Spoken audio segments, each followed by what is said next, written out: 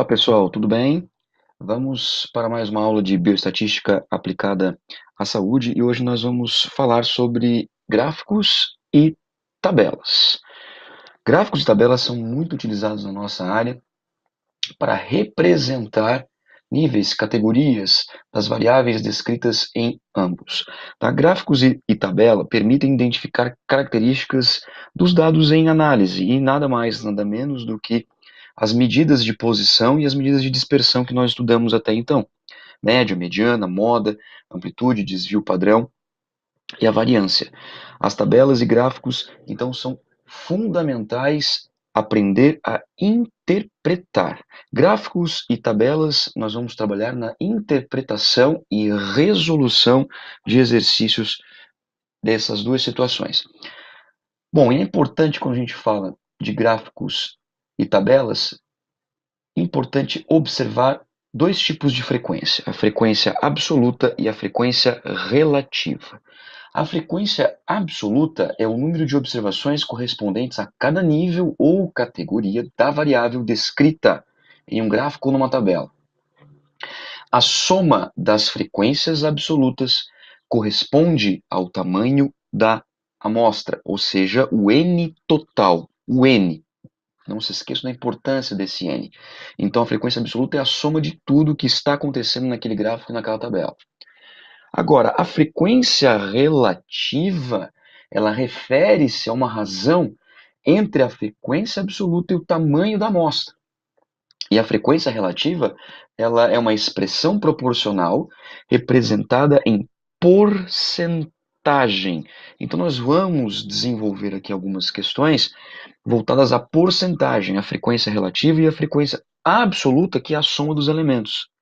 Então, a frequência absoluta ela vai ser expressa em números absolutos e a frequência relativa em uma porcentagem.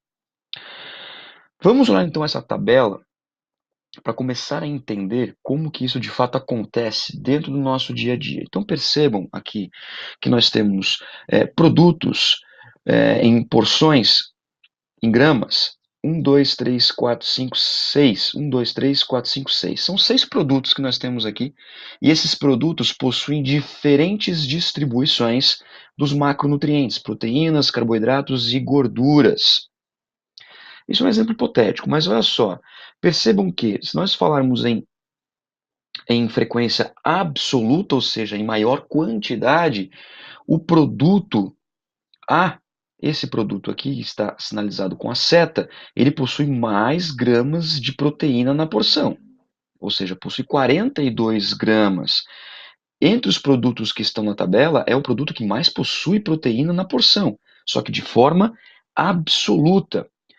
Porque olha esse produto aqui, o último produto ele possui apenas 19 gramas de proteína na porção, mas a porção é 20 gramas. Então, de forma absoluta, ou seja, em números, em quantidade, este produto possui mais proteínas do que qualquer outro produto. Este produto é o produto que possui menos proteína do que qualquer outro produto na tabela, olhando para a proteína.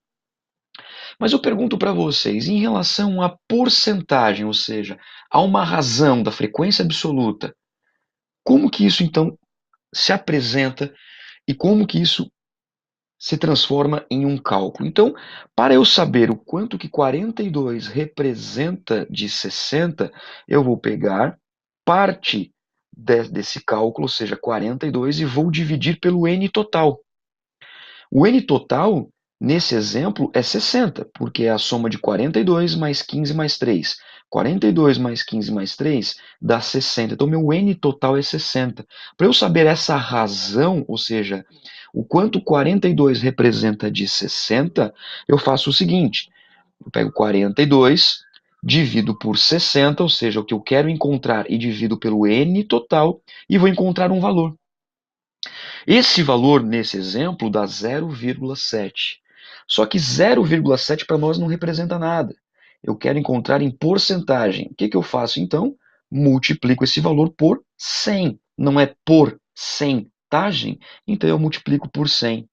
Então, olha só, a quantidade relativa, a frequência relativa de proteínas nessa primeira flechinha é de 70%. Agora, olha o exemplo de baixo, na segunda flechinha. 19 gramas de proteína. O quanto que corresponde relativamente a 20 gramas de proteína? 20 gramas é o N total, 19 mais 0,5 mais 0,5. Nesse caso, 19 dividido por 20, ou seja, o que eu quero saber, que é a proteína, dividido pelo N total, dá 0,95. Esse número multiplicado por 100, ou seja, por centagem, eu chego a um valor de 95%. Então, apesar deste produto aqui apresentar uma frequência absoluta maior de proteínas, ou seja, 42 gramas de proteína, e este, por sua vez, apresentar o menor valor, ou seja, a menor frequência absoluta de proteínas, mas relativamente é diferente. Ou seja, na frequência relativa, quando eu utilizo um cálculo de divisão do N que eu quero descobrir pelo N total da amostra, eu já encontro grandes diferenças em relação a um exemplo e a outro.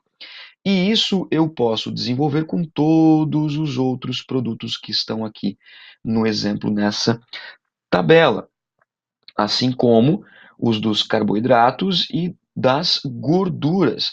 Então, fica um desafio para vocês agora calcular a frequência relativa de proteínas de todos os produtos que estão aqui, a frequência relativa de todos os produtos que estão aqui quanto aos carboidratos, a frequência relativa de todos os produtos que estão aqui na tabela, nas gorduras totais, e transformar essa tabela, ao invés de números, ou seja, de forma absoluta, como está expresso aqui, fazer esse cálculo e demonstrar essa tabela de forma relativa, ou seja, colocar a porcentagem, transformar essa tabela em números, de números para porcentagem, tá certo? Fica o desafio para vocês.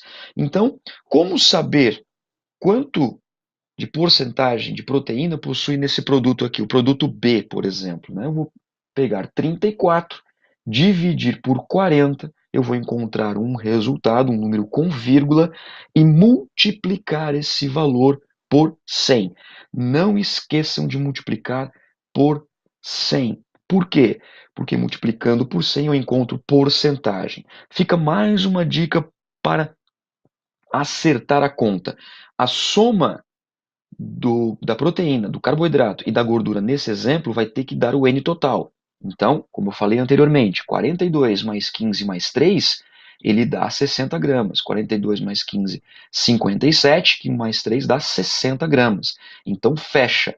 Ou seja, a soma das partes tem que dar o todo. E isso também tem que estar representado na porcentagem. Então, por exemplo, se no produto A já possui 70% de 100%, os outros 30% estarão distribuídos nos carboidratos e nas gorduras. E a soma desses 70% com as demais porcentagens tem que fechar 100%. Tá ok? Na próxima aula, nós vamos resolver um outro exercício bem interessante, com um grau de dificuldade um pouquinho maior, sobre porcentagem de aumento. Tá ok? Olhando essa tabela, como que eu sei que um produto que custava X reais passou a custar Y reais e quanto que isso representa em porcentagem? Tá ok? Bom, dúvidas? Tragam para as aulas, resolvam os exercícios. Eu agradeço demais a atenção de todos. Eu espero contar com vocês nas próximas aulas também. Tá bom? Um forte abraço e até.